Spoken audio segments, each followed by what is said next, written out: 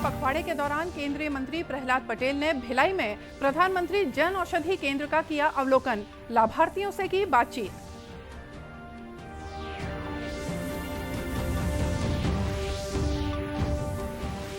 खैरागढ़ उपचुनाव के लिए प्रचार तेज, मुख्यमंत्री ने ली आम सभा, भाजपा ने जारी किया आरोप पत्र।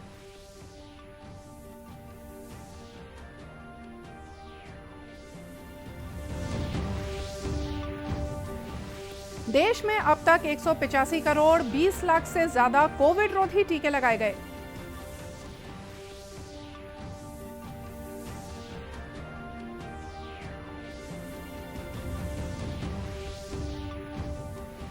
और शक्ति की आराधना के पर्व चैत्र नवरात्र के मौके पर शक्तिपीठों और देवी मंदिरों में उमड़ी श्रद्धालुओं की भीड़।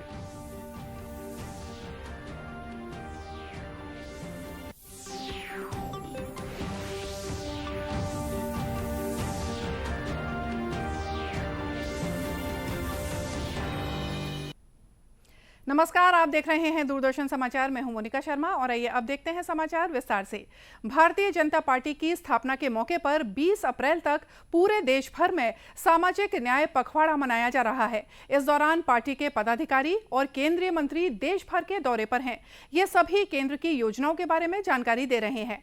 आज भिलाई में प्रधानमंत्री जन औषधि केंद्र में केंद्रीय राज्य मंत्री प्रहलाद सिंह पटेल ने प्रधानमंत्री जन औषधि केंद्र का अवलोकन किया और दुकानदार और लाभार्थियों से चर्चा की। उन्होंने स्वास्थ्य बीमा कार्यक्रम, आयुष्मान भारत और जन औषधि केंद्र के बारे में लोगों को जानकारी दी। केंद्रीय मंत्री ने कहा कि जन औषधि केंद्रों में रियायती कीमतों पर सस्ती दवाइयां उपलब्ध हैं। श्री पटेल ने मीडिया से चर्चा करते हुए कहा कि लोगों को जीवन रक्षक महंगी दवाइयां सस्ती कीमतों पर उपलब्ध कराने के लिए प्रधानमंत्री ने जन औषधि केंद्र की योजना की शुरुआत की है।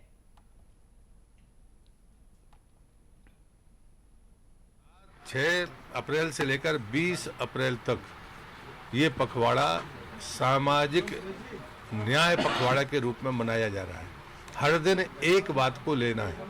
आज विश्व स्वास्थ्य दिवस है और इसलिए प्रधानमंत्री जी की जो महती योजना थी कि हम जन औषधि केंद्र चलाएं देश के भीतर, जो छत्तीसगढ़ में 119 है और इस भिलाई में 21 है, ताकि आम वृद्ध व्यक्ति, गरीब व्यक्ति जिनको ऐसी बीमारियां हैं जिनको हर दिन दवाइयां लेना अनिवार्य डॉक्टर ने कर रखा है, उनकी लूट ना हो, दवाई उनको सही मिले लेकिन कम कीमत पर मिले। मैं गौरवान्वित हूं कि यहाँ पर जो हमारे वरिष्ठ, ये हमारी माताएं बहनें जिनने वो कहा, उन्होंने कहा कि हमें हार्ट की दवाई हर दिन लेनी है, बाजार में वो 500 रुपये की है और जन औषधि केंद्र में वो 30 रुपये की है। एक शुगर की दवाई का उदाहरण दिया, तो मुझे लगता है कि बिना मांग के भी उन जरूरतमंद लोगों की चिंता करना ये सरकार का काम है। इस अवसर पर पूर्व मंत्री प्रेम प्रकाश पांडे के अलावा प्रधानमंत्री जन औषधि केंद्र के लाभार्थी मौजूद रहे। खैरागढ़ विधानसभा उपचुनाव में प्रचार अपनी चरम सीमा पर है। कांग्रेस में मुख्यमंत्री भूपेश बघेल चुनाव प्रचार की कमान संभाल रहे हैं, तो वहीं भाजपा से पूर्व मुख्यमंत्री और पार्टी के राष्ट्रीय उपाध्यक्ष डॉक्टर रमन सिंह पार्टी प्रत्याशी के पक्ष में अपना प्रचार कर रहे हैं।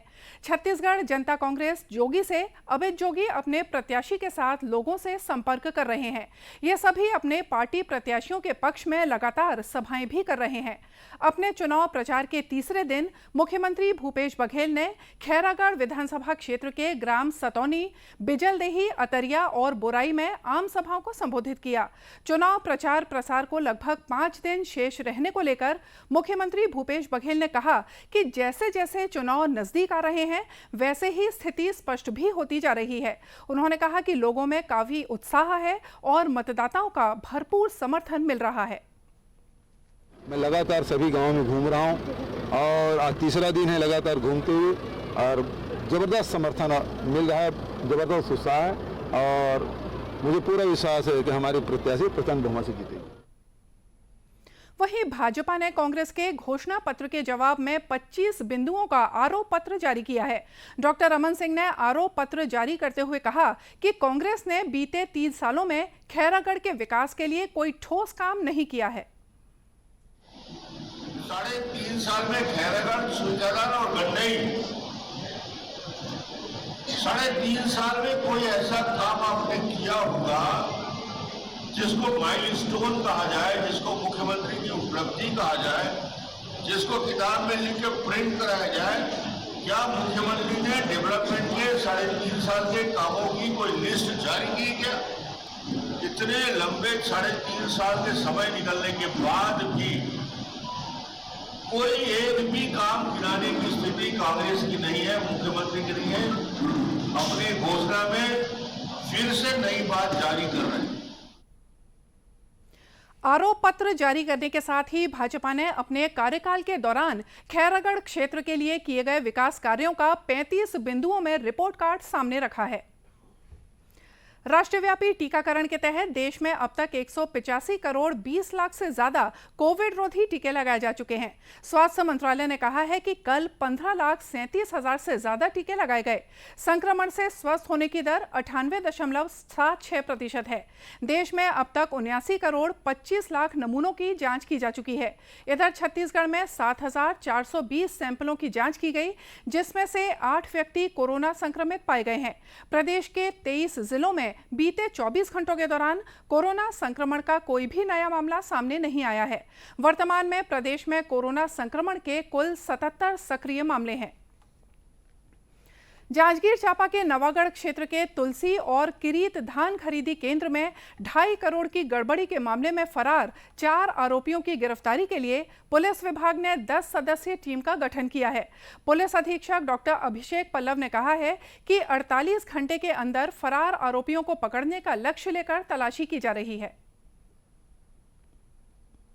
मामला था क्योंकि इसमें सरकार को करोड़ों का नुकसान हुआ है, तो इसमें हमने एसडीओपी के साथ फाइबर के और जो अच्छे विवेचक हैं उसको मिला के 10 सदस्यीय टीम बनाई गई है और सारे उनके जो आपस में जो उनके नंबर्स जनरेट हुए सस्पिशियस नंबर्स उसको एनालाइज कर रहे हैं और हमें पूरा भरोसा है कि 48 घंटे के अंदर जो है बाकी 4 आरोपी जो नामजद बचे हुए हैं उनको गिरफ्तार कर लिया जाएगा। गौरतलब है कि नवागढ़ क्षेत्र के तुलसी और किरीत धान खरीदी केंद्र में सरकारी जमीन के रकबे का पंजीकरण कर और क्षेत्र के बाहर के किसानों का पंजीकरण करके धान खरीदी में गड़बड़ी की गई। कलेक्टर के निर्देश पर मामले की जांच हुई थी, जिसमें 2.5 करोड़ से ज्यादा की गड़बड़ी उजागर हुई। फिर जिला सहकारी बैंक के नोडल अधिकारी ने नवागढ़ थाने में 5 आरोपियों के खिलाफ 8 फरवरी को रिपोर्ट दर्ज कराई थी। इस मामले में पुलिस ने किरीत के धान खरीदी प्रभारी राम नारायण कश्यप को गिरफ्तार किया था। वहीं 4 आरोपी तुलसी केंद्र के प्रभारी अजय नागेश, कंप्यूटर ऑपरेटर प्रहलाद कश्यप, लोक सेवा केंद्र नवागढ़ के ऑपरेटर राम कुमार कुर्रे और किरीत केंद्र के कंप्यूटर ऑपरेटर गांधीदास महंत फरार हैं। प्रदेश में इन दिनों चैत्र नवरात्र का उल्लास है। नवरात्र के इस पर्व पर देवी मंदिरों और शक्ति पीठों में विशेष पूजा अर्चना की जा रही है। राजनांदगांव जिले का डोंगरगढ़ भी पहाड़ा वाली मां बमलेश्वरी के सिद्ध पीठ के रूप में प्रसिद्ध है। कोरोना काल के बाद इस नवरात्र में यहां काफी तादाद में श्रद्धालु दर्शन के लिए पहुंच रहे हैं। 1600 फीट की ऊंचाई पर स्थित मां बमलेश्वरी के दरबार में देश सहित विदेश से भी लोगों ने ज्योति कलश प्रज्वलित करवाए हैं। मंदिर के ट्रस्टी नवनीत तिवारी ने बताया कि पहाड़ा वाली मां बड़ी बमलेश्वरी में 6000 से ज्यादा ज्योति कलश प्रज्वलित किए गए हैं। वहीं पहाड़ी की तलहटी पर स्थित छोटी बमलेश्वरी में 721 ज्योति कलश जलाए गए हैं। उन्होंने बताया कि इस नवरात्र में अब तक करीब 5 लाख श्रद्धालु माता के दर्शनों के लिए पहुंच चुके हैं। और अभी तक कम से कम मैं समझता हूँ 3 से 4 लाख दर्शनार्थी जो है वो यहाँ माता के दर्शन कर चुके हैं। और चवारा कलश माता जी का जो है देश विदेशों से भी माता के भक्तजनों ने यहाँ पे रखा है, जिसमें ऊपर मंदिर में 6171 ज्योति कलश और नीचे मंदिर में 721 ज्योति कलश और शीतला मंदिर में 59 ज्योति कलश माता के भक्तजनों ने मनोकामना पूर्ति हेतु प्रज्वलित करवाए हैं। आपको बता दें कि बगुलामुखी मां बमलेश्वरी देवी राजनांदगांव रियासत की कुलदेवी के रूप में भी जानी जाती हैं। और अब बात करते हैं मौसम की। प्रदेश में सूरज की तपिश लगातार बढ़ती जा रही है। कई जगहों में तापमान 40 डिग्री सेल्सियस से ऊपर पहुंच गया है। ऐसे में प्रदेश में लू के हालात बने हुए हैं। इसे देखते हुए स्वास्थ्य विभाग ने भी अलर्ट घोषित कर दिया है। जिला अस्पतालों में मौसमी बीमारियों के इलाज के लिए बिस्तर आरक्षित किए गए हैं। मौसम विभाग के अनुसार रायपुर में अधिकतम तापमान 40 डिग्री सेल्सियस रिकॉर्ड किया गया, जबकि बिलासपुर और राजनांदगांव में 41 डिग्री और पेंड्रा रोड में 40.3 डिग्री सेल्सियस रहा। रातें भी गर्म हैं। मौसम विभाग का कहना है कि दिन के तापमान में आगामी 3 दिनों तक विशेष बदलाव की संभावना नहीं है। वहीं चिकित्सकों का कहना है कि मौसम के बदलते रूप और सामान्य से अधिक तापमान ने लू और मौसमी बीमारियों का खतरा और बढ़ा दिया है। ऐसे में तरल पदार्थ लेते रहें। तेज धूप के मद्देनजर सड़कों में भी लोगों के लिए पीने के पानी की व्यवस्था की गई है। मौसम वैज्ञानिकों का कहना है कि मध्य छत्तीसगढ़ में बने सिस्टम के कारण 1-2 स्थानों पर गरज चमक के साथ छींटे पड़ने की संभावना है। हालांकि इससे तापमान में कोई परिवर्तन नहीं होगा। गौरतलब है कि पिछले 122 सालों में मार्च का महीना सबसे गर्म रहा है। आजादी के लिए भारत का संघर्ष आधुनिक विश्व के महानतम संघर्षों में से एक है। दूरदर्शन समाचार इतिहास की धारा बदलने वालों की झलक रोजाना आपके लिए लेकर आता है। आज की इस कड़ी में हम बात कर रहे हैं महान भारतीय अन्वेषक शंकर अंबाजी भिसे के बारे में।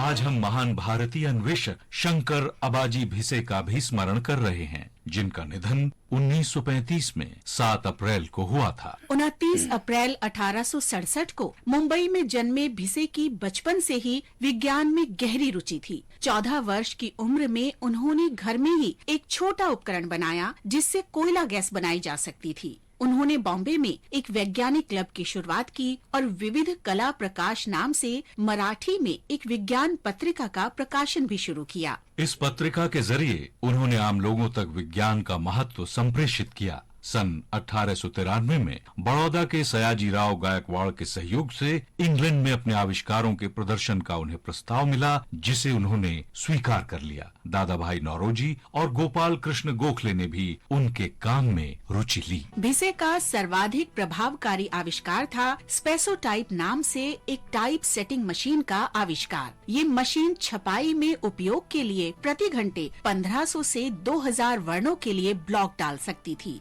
हिंदू मिशनरी सोसाइटी और कई अन्य राष्ट्रवादी समूहों ने भिसे और उनकी प्रतिभा को प्रोत्साहित किया। उन्हें 26 दिसंबर 1908 को भारतीय राष्ट्रीय व्यापार सम्मेलन सहित कई बैठकों में आमंत्रित कर सम्मानित किया गया। उन्होंने अपनी पत्नी सुशीलाबाई तथा गोविंद कुकड़े और गोविंद रे जैसे अन्य लोगों के सहयोग से लंदन में इंडियन सोसाइटी की स्थापना की। अपनी अंतिम सांस तक भिसे ने उपनिवेश विरोध को अपने भीतर जीवित रखा। लंदन में उन्होंने दादा भाई नौरोजी के साथ विरोध प्रदर्शनों में हिस्सा लिया। न्यूयॉर्क में उन्होंने गांधी जी के विचारों का प्रसार किया और वहां आने वाले भारतीय राष्ट्रवादियों की मेजबानी भी की। भारत से ब्रिटेन और अमेरिका तक भिसे ने प्रगतिशील राजनीति को विज्ञान से जोड़ा। इस महान राष्ट्रवादी को हमारा शत शत नमन।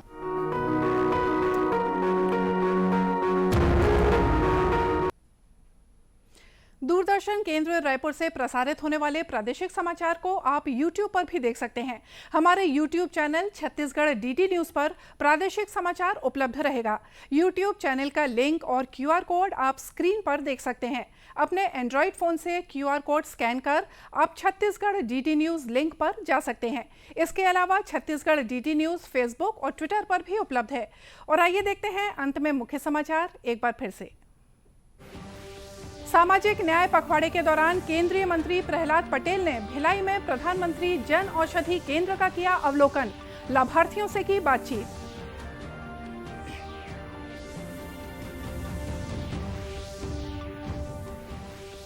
खैरागढ़ उपचुनाव के लिए प्रचार तेज, मुख्यमंत्री ने ली आम सभा, भाजपा ने जारी किया आरोप पत्र।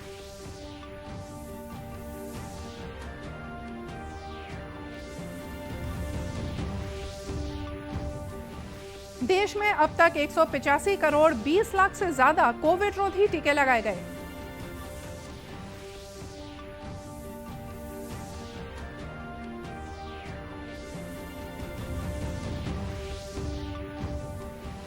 और शक्ति की आराधना के पर्व चैत्र नवरात्र के मौके पर शक्तिपीठों और देवी मंदिरों में उमड़ी श्रद्धालुओं की भीड़। और इसी के साथ यह समाचार बुलेटिन यहीं समाप्त हुआ। नमस्कार।